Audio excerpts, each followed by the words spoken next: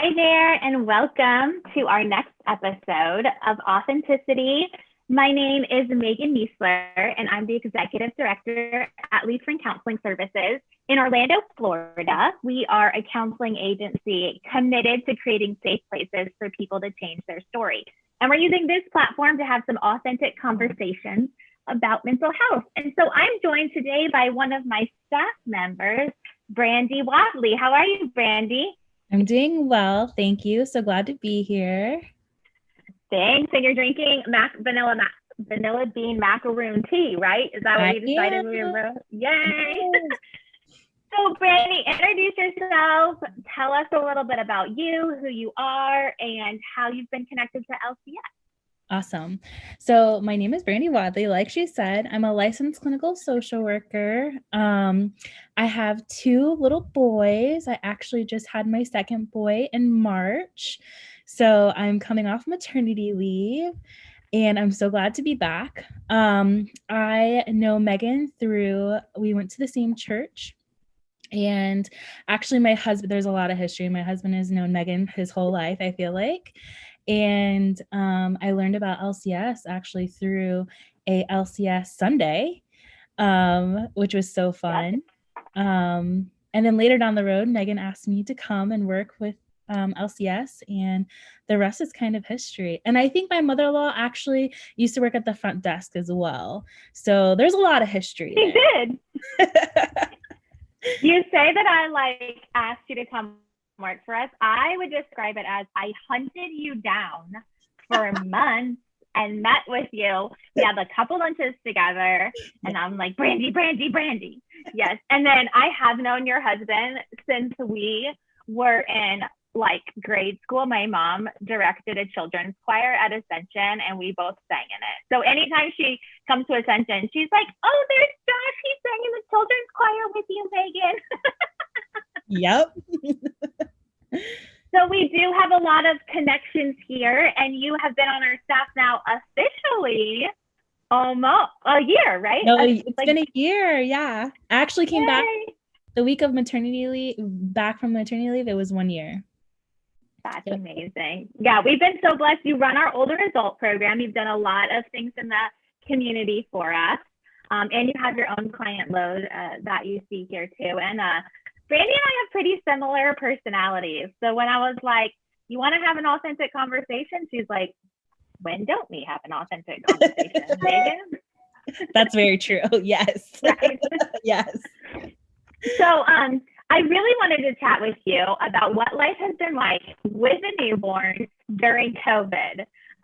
So tell us a little bit about having your second child, when that happened, and when COVID hit. Remind me of the timeline. Yes. So I actually had Jeremiah on March 9th. So we had him March 9th. It was a scheduled C-section. And actually, I was going to push it out one more week because my doctor said I was healthy and I could. And I decided, no, I'm just going to do my scheduled C-section, which was totally divine intervention because we had him on March 9th. We left the hospital, which was a Monday. We left the hospital on Wednesday, and Friday is when they kind of started shutting down everything and going in full COVID mode. So we just got out of the hospital with Jeremiah right when every quarantine started that Friday. So we were really lucky in the fact that some of our family members got to see him for the first time, which we're really grateful for because none of them have really seen him after because we've been in quarantine. So my sister and my dad got to see him for a week, but he works in a hospital. So he hasn't had much contact with him at all since he went back to work. And friends and family, other friends and family, they've either not seen him or they've only got to see him in the hospital. So I know it was kind of like when people have had babies here before, they'll get home from the hospital in a couple of weeks, they'll bring the baby to the office and we'll all get to meet him. So I haven't met him yet either. And I remember sitting here thinking she should not bring that baby anywhere, right? Yes, leave the house with him. And so, yeah, we haven't met him either. We've seen some really cute pictures. Yeah. And then totally too, what complicated it is you have an older son, but he's still very young, right? And then he was now home. your whole maternity leave when he should have been at school. At school, yes. So my oldest son is in VPK, and so we actually had Jeremiah like right before spring break. So we had Jeremiah, and JR was pretty much out of school for spring break, and then JR didn't go back to school after spring break. So that was really interesting, balancing a newborn and having my 4.5-year-old who is like a four-nager at home. And my husband, with the work that he does, he was only able to get like a week and a half off before having to go back because he was an essential person. And so I was with a 4-year-old and a newborn like a week and a half after the hospital. So that was like really interesting. But I learned so many great things. And one thing I learned, Yeah, tell us. One thing I learned is I can do hard things. Like I can do hard things. If I can have a baby in pandemic and take care of my 4-year-old, and he was doing e-learning, by the way, we're still doing e-learning because we are at St. Luke's and they are awesome and provided so many resources and are offering e-learning to our VPKers. And honestly, that's really, really helped me stay on a schedule and just be present with my oldest one, which is so difficult to do when you have a newborn and you're sleep deprived. So I really, really appreciate that. That's actually been a big blessing. I was thinking of you a couple times because any feelings of loss, like not being able to have those, what are supposed to be like great bonding moments with a newborn in the first weeks after you've had them, like what's that been like? So there has been some grief, definitely. So because my 4-year-old was home, we had planned to have him, he's in usually a full day of school. And so being able to actually be with Jeremiah, that was going to be like my bonding time with Jeremiah because he is a second child. However, I feel like I never was able to get that. And that's been really difficult because I feel like he's never got actual one-on-one time with me without like his brother being around. Now, let me tell you, JR is like super loving and adores him and thinks the world of him. But that was really hard because I was looking forward to having some time alone with him while JR was in school. The other sense of grief is just like I was saying, like not a lot of family members or even friends have been able to meet him, and he's already 2 months now. It's going to be 3 months actually soon. And so I think that's been really hard for them as well as us because we have a huge support system that we haven't really been able to tap into. We have like a dinner thing set up and everything, and so because of COVID, like all of that kind of got shut down. So we had plans to like actually have like a lot of support during this time, and that was kind of a loss in the sense that we weren't really able to have that support. And mamas and daddies, we need that after having a baby. We know as like women and for our husbands, the emotions that go on after giving birth, after like trying to readjust to life with a new child. And now you've gone from 1 to 2. What kind of emotions do you experience after giving birth like that go up and down for you?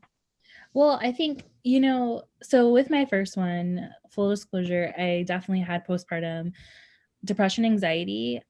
So I was definitely on alert to make sure, especially with like a pandemic and having to be quarantined and not being able to go anywhere.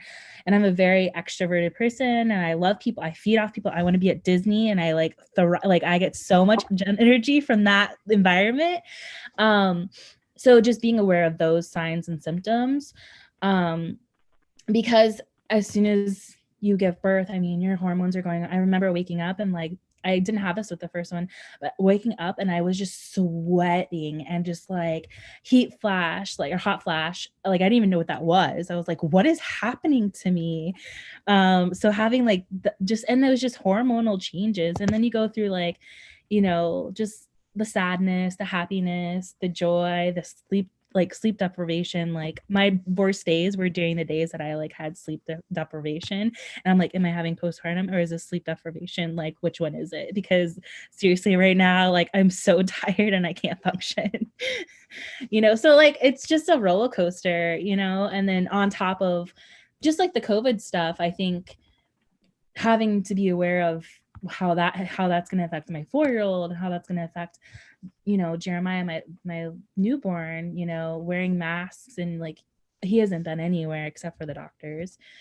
He hasn't really left this house, but when he does leave the house, like, is he going to see people in masks? Like those types of things, like all of those changes and adjustment, definitely being aware of the anxiety and just the depression that could set in. And I would imagine you're one of these people, but I have some friends like, and I'm such a blunt, honest person, which I know you are too. And like if they're about to have a baby for the first time or even for the second time, it's like, what do I need to know? Tell me all the dirty things that like nobody will say, right? But really the postpartum depression, like guarding against that and recognizing when your emotions are going up and down. I mean, I remember crying about the stupidest things. Oh, yeah. I think I cried after I had my Kenna. It was like St. Patrick's Day and somebody got green icing on the floor and I lost my ever loving mind over green icing. Like it was the stupidest thing. But it's just recognizing and being aware of those things. You and I were also talking about, okay, and so if like boys are watching, we're gonna get a little, not graphic, but we're gonna be honest about breastfeeding and how like your choice as a mom to breastfeed or not to breastfeed, and where like shame and guilt plays into that. So could you share a little bit about that? Absolutely. So my first one, I wanted to breastfeed, like it was in my birth plan, like that's something I wanted to share with my baby and everything. And it didn't go so well because I ended up having him super early. And we ended up not breastfeeding. He wasn't getting the nutrition he needed. And that was really traumatic for me. So this next time, I said I would attempt it. And so I did, and I actually was able to breastfeed. He latched right away, which Jared didn't. He has some tongue issues, so he didn't latch right away, but this one did. Jeremiah like latched right away. It was like, we were super excited. But from the trauma from the first one, I still was like, no, I'm going to bottle feed as well, because I cannot stand the idea of him not being able to eat or not getting the nutrition that he needs. And, so I did both. But honestly, with having the 4-year-old at home, JR, and just life with a newborn, pumping, like I was trying to exclusively pumping is like, it's running a marathon every time you sit down to pump. And like, I would get headaches because I couldn't even keep up with the amount of water I should be drinking because of just like the chaos. And so eventually I was just like, and my husband is so supportive. Like he was like, whatever you want to do, it's up to you. We're still feeding our baby, a fed baby is best, doing all those affirmations with me. Well, he was really awesome. But finally I was like, I can't do this. Like I'm done. Like I cannot do this anymore. And like for the first week, like I went through like the grief stages. Like at first I was like, okay, like I talked about it and I was like, all right, I'm going to do it. I'm probably going to stop. And then Josh was like, okay, if that's what you want to do, blah, blah, blah. And he was like helping me through it. And then I was like, no, I still need to do it. And like, I fought it and like and finally I was just like, I can't do that. Like one day I just didn't pump and I was like, oh, I didn't pump. What happened? And I was like, oh, this actually makes sense to me right now. Like this, I don't know if I can do this. Like, and honestly, if I really wanted to do it, I probably could have really did it. But just with everything going on and finding time to pump and like explaining that to a 4-year-old and what mommy's doing and like being naked half the time with a 4-year-old boy has a lot of questions that go along with that. So I was just like, I'm done. And I did feel guilty at first, but again, like I had to be aware, and my husband did a really good job of like, our baby's getting fed. And the good thing was, when we did take him to the doctor's like, he's perfect. Like he's gaining weight, which Jared didn't do. So like I was holding my breath every single time we went to the doctors to see if he like gained weight. And it was such a big deal for me. Like he gained weight this time. Like that's good. Like we are feeding him. He is getting what he needs.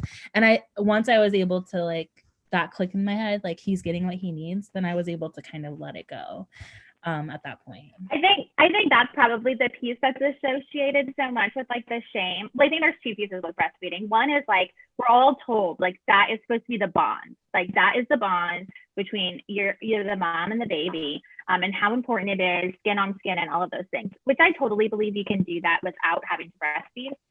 But I think the scarier part is when I breastfed all three of my kids, but I don't know that they got enough food. And you don't know that they get enough food until you literally weigh them after every time they eat. And I remember with the last one, when I finally stopped breastfeeding, I just felt horrible. Like I was like, I'm not making enough food for you, and I know we need to stop. But it's so hard to express it sometimes why that shame and guilt is associated with it. But having people that affirm us in our life, that encourage us that, you know, your child is still getting what it needs and it's okay. But I know it's such a struggle for a lot of moms. If you can't breastfeed or if you choose not to, and the shame and guilt that's associated with it. So I'm glad we could talk a little bit, like just normalize that a piece. Definitely. And I think having other moms, like I didn't say this, but having other moms, it wasn't just my husband, other moms, like I have a moms group that I hang out with, and then I have several other moms who are in the same stages. And like I remember one of the moms being like, girl, just stop. It's fine. Like my baby is not being breastfed right now, and she is chunky and healthy and she's fine, and like just normalizing like it's too hard, it's okay, like we're in a pandemic, and her just telling me that, I'm like, oh my gosh, you're so right, like yes, okay, thank you. Like I needed that makes me think, I don't know why we do this to ourselves. Like we have this model that we have to reach and we get all anxious about it. And then like once you do it or you don't, it's like wasn't ever a big deal. But I was always this piece about like an epidural.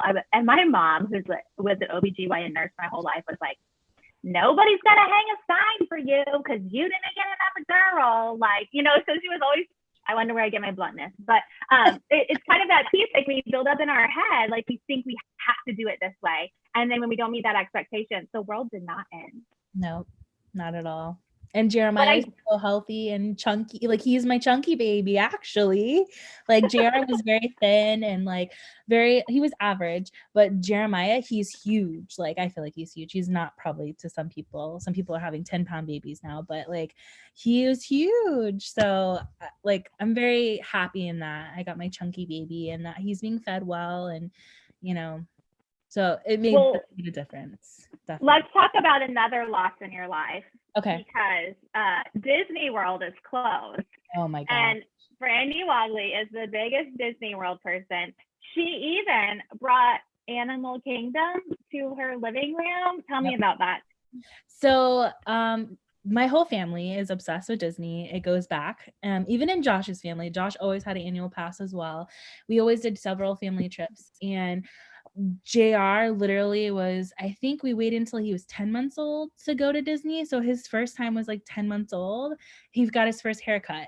So he's been like breathing Disney as well with us. And like, he loves Disney. And me and him, we watched the on like ABC Family or some TV place. It was like Sing Along Disney. Well, it was on Disney Plus as well. So we watched it on Disney Plus, and of course I'm like bawling because it's all very like COVID and like very sweet and all the most famous Disney songs. And so I was like, I need Disney in my life. And my son was also like, I need Disney in my life.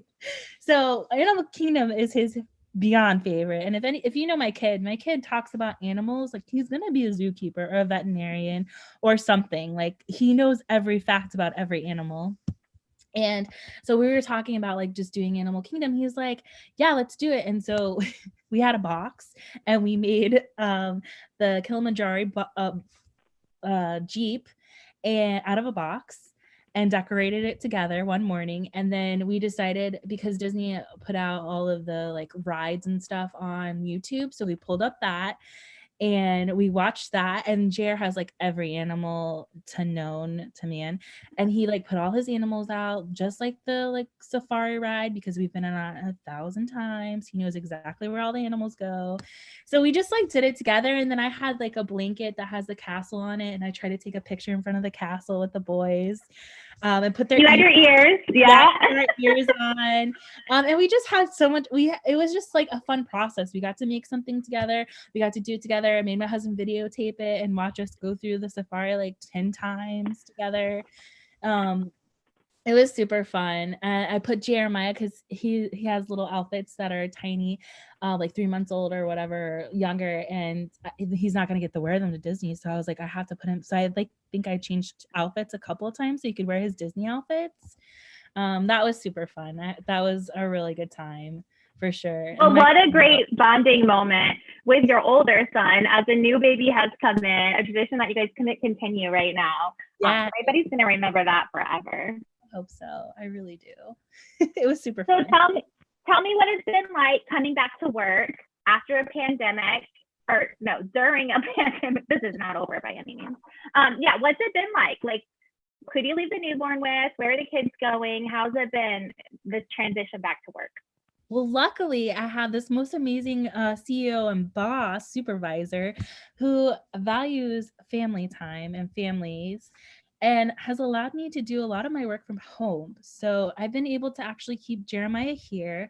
My mother-in-law and father-in-law have been so gracious to come over and spend time with the kids while I have telesessions and spend the day with them. And my son is like obsessed with his Nana right now, and like is so happy that she's there and like that he can see another person. Aww. So he's so happy. And then Jeremiah, my mother-in-law, Jerry, she's also used to be a NICU nurse. So like she's so good with Jeremiah. They both are actually, and they're getting that bonding time. So I've been able to kind of work from home. I come into my room and we're actually getting a desk today. So I will have a little desk in my room. Yay. I've been using my bed and or a chair to do my sessions. And yeah, it's been actually not, I feel like the transition was really good. And with my son, one thing I do is so that he knows I'm at work, because it's kind of hard like for him to understand not to come in if I'm in session. Mm-hmm. So I do a transition with him, and he's all about transition.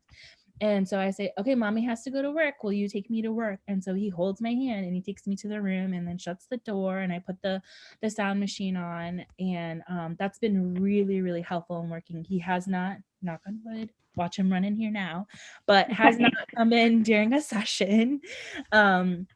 But you may hear him say, he's been playing Florida Panther today. And so you might hear that in the background somewhere, but it's been really good, actually, a really great transition for all of us.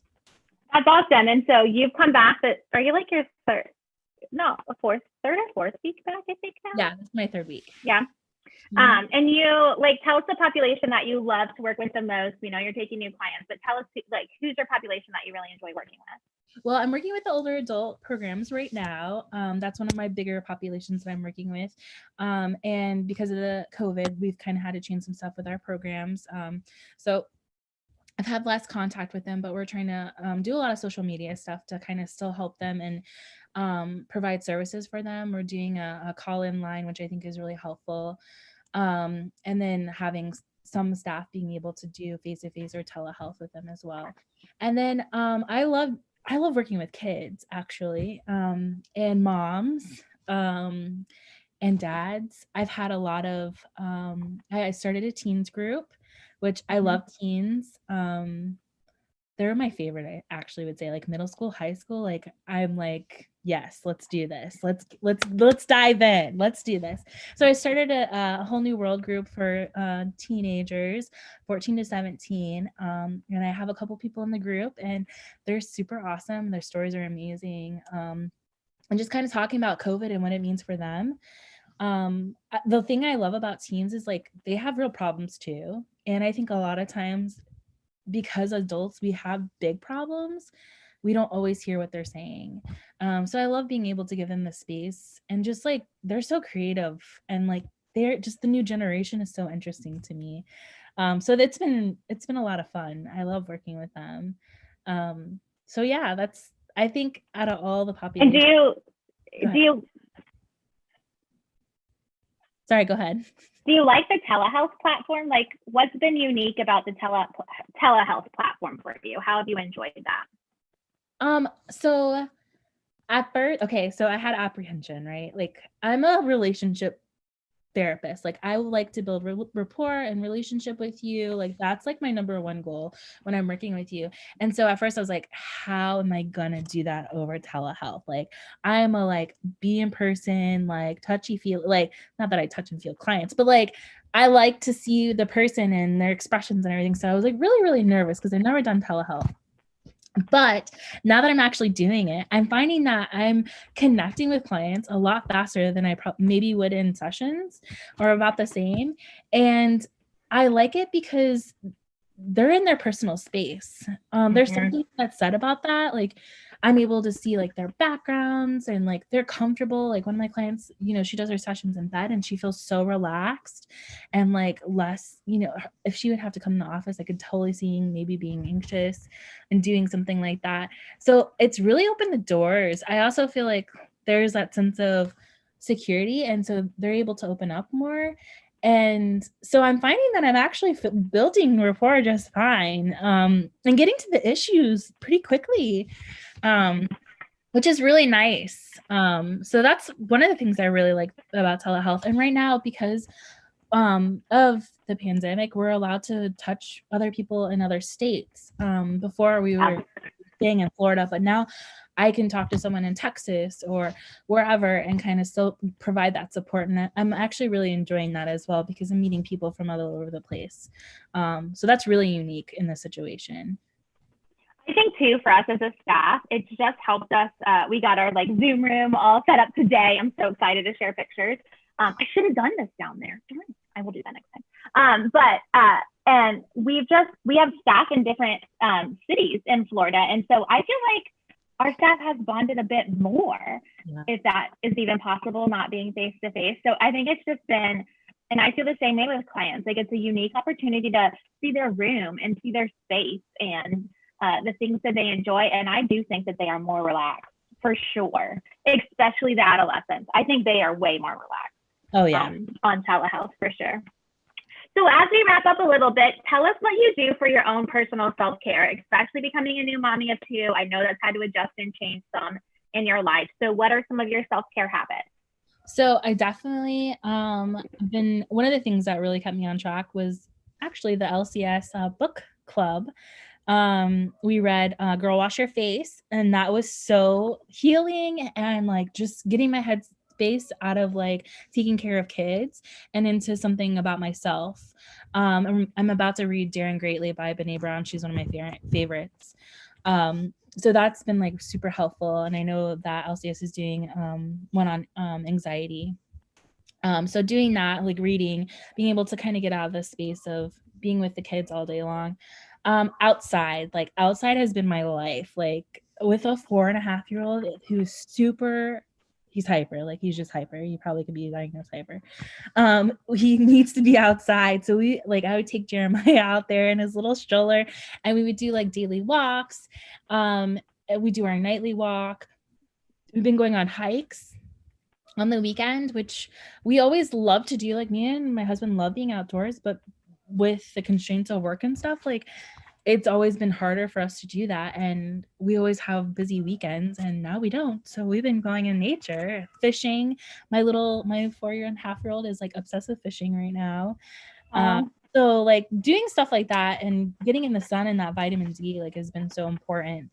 One other thing that I've been doing is, again, I listen to my daily devotional. I used to be like every morning religiously at the same time. That's changed a little bit because a baby needs milk in the morning and like certain things, So I try to listen to my daily devotion at some point in the day and still have my daily goals that I want, like a checklist that I want to accomplish. Even like, I know during COVID, it's so hard because you're like sitting in the house and like, what am I going to do today?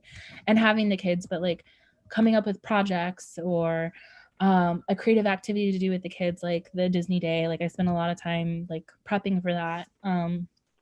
So doing stuff like that has been really kind of helpful, getting my mind outside of what's happening in the world and thinking about baby and my oldest son. It's been really helpful. I'm glad to hear our book club was helpful. We're going to start another book club June 1st on Max Lucado's Anxious for Nothing. Figured it was a good time to do one on anxiety. So anybody watching, if you want to be part of that, just tag your name below or message me and we can get you signed up. Those have been really helpful for me. Like they structure, I have books I want to read, but I won't ever commit to like reading a whole book. And I remember running the first book club and I was like, I finished the book. This is amazing. But I definitely resonate too with being outside. I think my husband and I probably put more miles on kayaks than maybe on my car. I don't know. So yeah, those are some great things. Anything I always ask, I don't think I told you before, but anything you wanted to ask me about? Anything we didn't chat about? That's a good I know. Well, I think other people have already asked you like what it's been like to be a director in this time. Let's see. What has it been like balancing your 3 kids with e-learning and running a company, and doing all the other amazing things that you do, like running a book club? I have been not a healthy person. I think that's what I would say. Like I've shared on here before, like I would wake up anxious. Like I told myself this morning, I was awake at 4 o'clock. There was no reason I couldn't have gotten up and worked out. I laid in bed till 7. Like I've lost my structure, I think. And for me, I know myself and I've known myself for a long time. I will like get way on something. My husband would tell you this, like she'll be hyper focused on something and then she'll just crash and then she'll find herself again. And I think I'm like about to find myself again. Like I've done this close. And maybe when e-learning is over, we could get back to that. So we just have to survive tomorrow. I was gonna say we have like one more day. The last day of exams. And then I don't have to like have an iPad up and make sure they're all on their Zoom calls. And I don't have to like multitask my brain all day long. So I'm really looking forward to that and just getting back to some of my healthy practices. And I think it's good when like we as therapists can admit like, I'm really not doing well at this right now. So self-care and me, we haven't been friends for a couple of weeks and we're trying to reunite here very soon. Absolutely. Oh, for sure. It's so hard. It's just so hard. It is. But, you know, I appreciate your time. I appreciate your honesty as always. That's why I pursued you so hard to be part of our team here. But what can we lift up in prayer for you this week? What's on your heart? What can we really pray for you for? You know, just talking a lot about like pregnancy and having a baby during COVID. I kind of want to pray for all the moms that either had their babies during COVID or going to have their babies during COVID, mamas that are having several kids at home, doing the e-learning, like all the moms out there basically, and just praying for them because this is a weird time, and to have a baby and to bring the baby into this type of world right now is really difficult, and it's not all rainbows and unicorns. So just praying for them. I have a best friend who's having a baby in July, and I know there's some anxiety with that. And I know several moms. One of my other friends just had her baby like 2 weeks ago.